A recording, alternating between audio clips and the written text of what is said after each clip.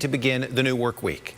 Hey there, Tom. Well, I do want to begin with some of the latest assessments of yesterday's severe weather from the National Weather Service. We just got in these numbers just about an hour ago. The Montgomery County tornado ranked EF2 to EF3. This is based on damage the National Weather Service saw in the Porter Heights area.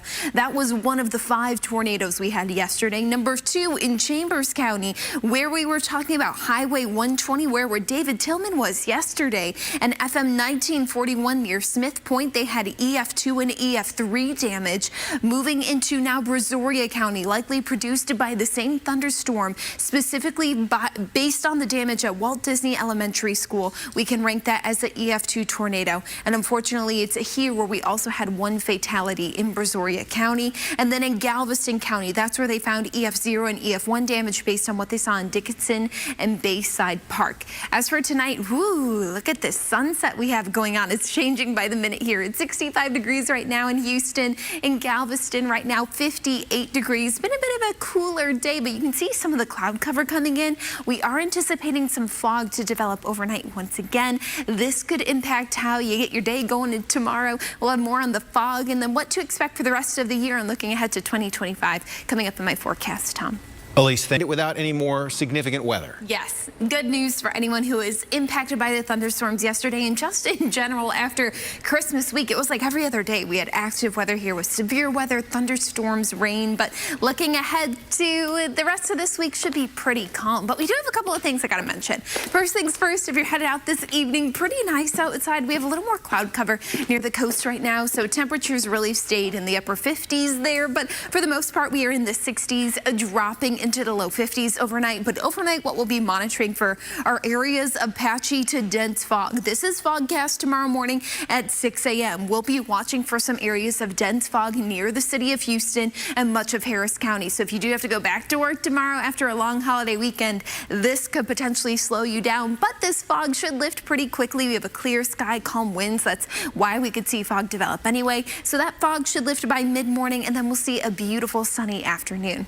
And that's just one of the top weather headlines we have for you for tomorrow. The rest of it, sunny and warm. High temperatures will be in the mid to upper 70s. Tuesday, though, our next front arrives pretty quickly, and that is going to cool things down for New Year's Eve. Then our next front we'll be monitoring doesn't roll through until next weekend. And that weather system is definitely going to be one to watch because this one could bring our next round of showers and thunderstorms for the first weekend of January, but also some cooler temperatures behind it as well.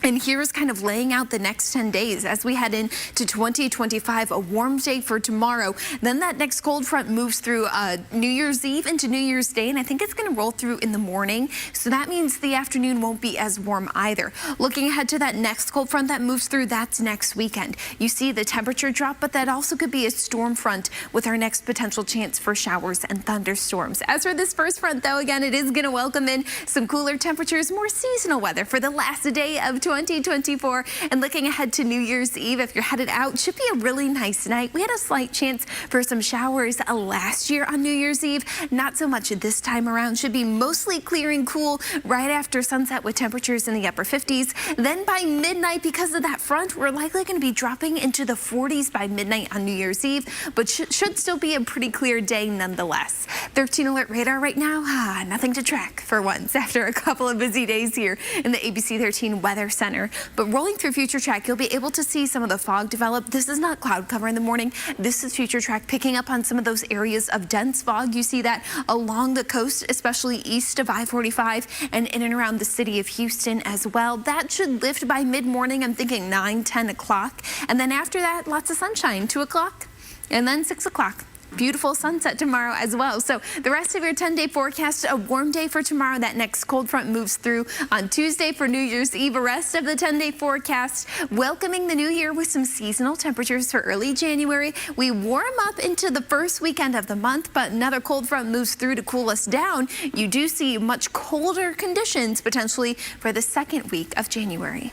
Preliminary damage assessment from the National Weather Service. Crews were out surveying damage, and here's more information about the 6 tornadoes that touched down yesterday in southeast Texas. First one, the Katy tornado, was an EF1 with peak winds of 100 miles per hour, was on the ground for almost 11 miles and was 150 yards wide. It went from Waller County into portions of Harris County. And then for the Porter Heights tornado, this was likely one of the stronger tornadoes of the day. EF3, peak winds of 140 miles per hour, was almost a mile wide.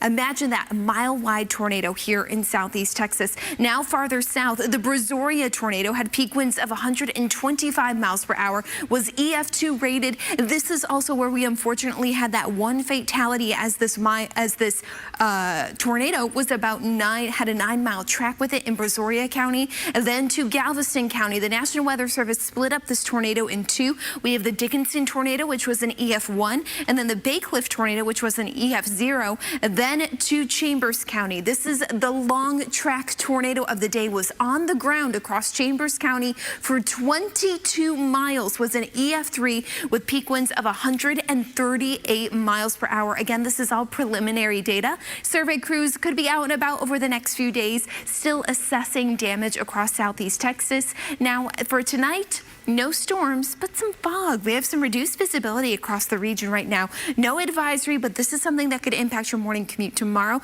We'll have more on this, plus the 2 cold fronts we're expecting later this week coming up in my forecast. Elyse, thank you. In portions of Chambers County, so that is actually the sunlight and all the lightning reflecting off of the hail that is in the thunderstorm cloud. It was just incredible to see that kind of storm here in southeast Texas over the weekend, but no more like that, at least for the rest of the year. Quiet weather, but we did just get a fog advisory. This is brand new from the National Weather Service. Fog advisory in effect until 9 a.m. for most of southeast Texas, including Houston, Harris County, and Montgomery County as well. We could see visibility of a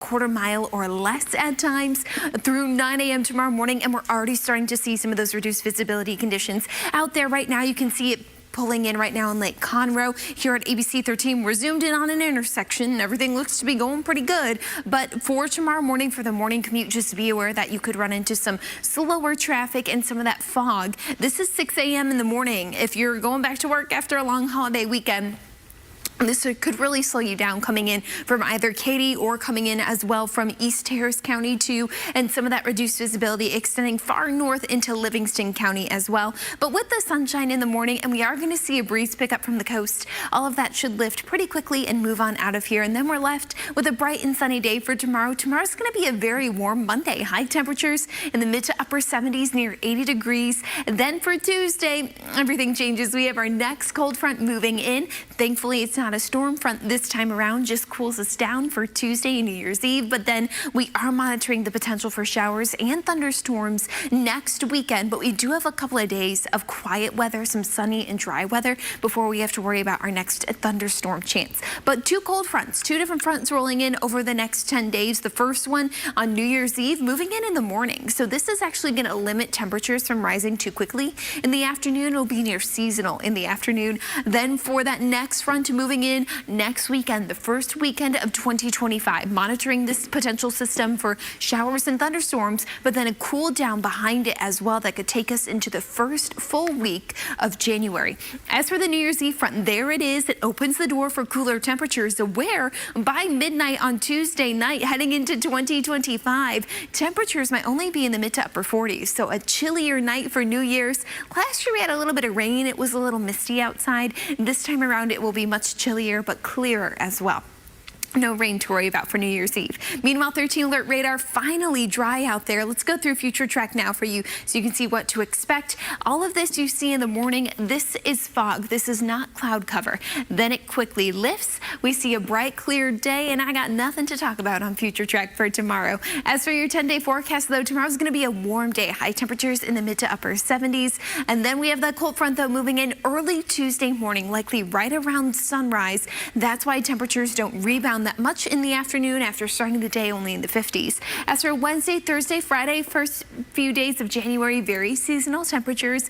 But we look ahead to the first weekend. That's when we start to see potentially that next weather system roll in with some showers and thunderstorms, then cooler temperatures as we head into the second week of January.